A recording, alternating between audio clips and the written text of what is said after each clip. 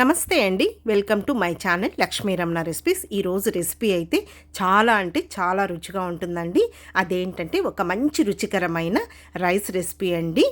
పచ్చి మామిడికాయ కొబ్బరి చిత్రాన్నం అండి. అదే అండి పులిహోర అని కూడా అంటారు కదా. చూడండి ఎంత కలర్ఫుల్గా ఉంది కదా అండి. టేస్ట్ కూడా చాలా అంటే చాలా బాగుంటుంది. ఈ రైస్ని మనం లంచ్ బాక్స్ కూడా చాలా ఈజీగా టేస్టీగా ప్రిపేర్ చేసేసుకోవచ్చండి. ఒక్కొక్కసారి మనకు కర్రీస్ అనేది బోరు కొడుతూ ఉంటాయి, లేదు ఇంట్లో వెజిటబుల్స్ లేనప్పుడు ఈ రైస్ అయితే సూపర్ టేస్టీగా ఉంటుందండి. ఇప్పుడు మనకు మామిడికాయలు కూడా మార్కెట్లో అవైలబుల్ ఉన్నాయి కదా అండి. సో అలాంటప్పుడు మనం పచ్చి మామిడికాయ అలాగే పచ్చి కొబ్బరి కాంబినేషన్తో ఈ రైస్ రెసిపీస్ చేసుకుంటే చాలా అంటే చాలా బాగుంటుందండి. కాబట్టి మనం ఈరోజు పచ్చి మామిడికాయ కొబ్బరి చిత్రాన్నాన్ని ఎలా ప్రిపేర్ చేసుకోవాలో కావలసిన పదార్థాలు, తయారీ విధానం ఒకసారి చూసేద్దామండి. ఇలాగే మనం డైరెక్ట్గా తినేయచ్చండి, లేదు ఏదైనా వెజిటబుల్ ఫ్రైతో కూడా చాలా బాగుంటుంది.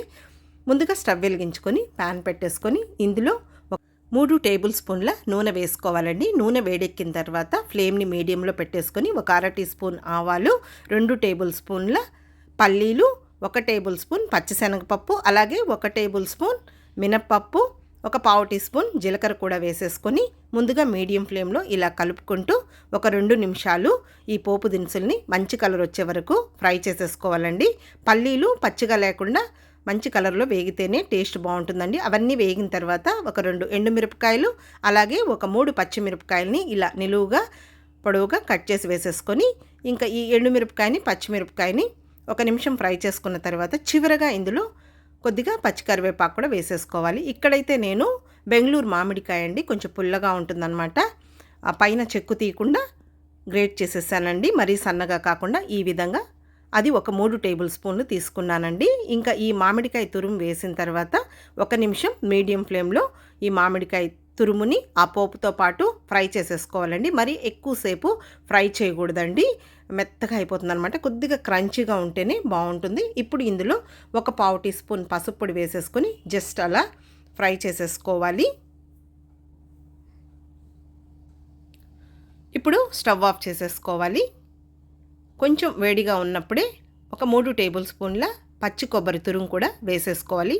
పచ్చి కొబ్బరి తురుము మంట ఉన్నప్పుడు వేయకూడదండి, స్టవ్ ఆఫ్ చేసిన తర్వాత వేసేసుకొని ఇప్పుడు ఇందులో ఒక మీడియం సైజ్ గ్లాస్ రైస్ అండి, పొడి పొడిగా అన్నాన్ని వండేసుకొని కొద్దిగా చల్లార్చిన తర్వాత అది వేసేసుకోవాలండి. ఒక పావు కేజీ బియ్యం అన్నమాట.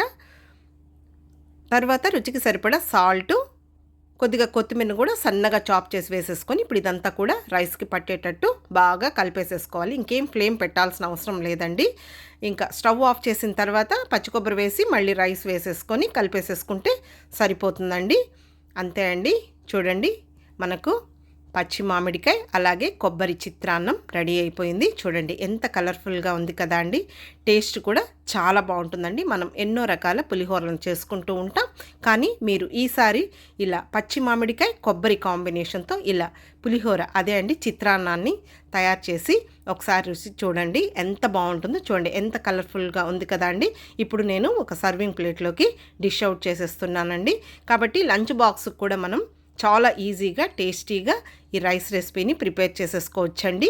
లేదు మనకు డైరెక్ట్గా తినేయచ్చు, లేదు ఏదైనా వెజిటబుల్ ఫ్రై కానీ, లేదు పల్లీ చట్నీ కానీ, కొబ్బరి చట్నీ కాంబినేషన్తో చాలా బాగుంటుందండి. కాబట్టి ఒకసారి తప్పకుండా మీరు పచ్చి మామిడికాయ కొబ్బరి చిత్రాన్నాన్ని తయారు చేసి ఎలా వచ్చిందో మళ్ళీ కామెంట్ చేయండి. ఈ వీడియో మీకు నచ్చితే లైక్ చేయండి, షేర్ చేయండి. కొత్తగా చూస్తున్నవారు మన ఛానల్ని తప్పకుండా సబ్స్క్రైబ్ చేసుకోండి. మన ఛానల్లో మంచి మంచి రెసిపీస్ బోల్డ్ అన్నీ ఉన్నాయండి, చూసి తప్పకుండా ట్రై చేయండి.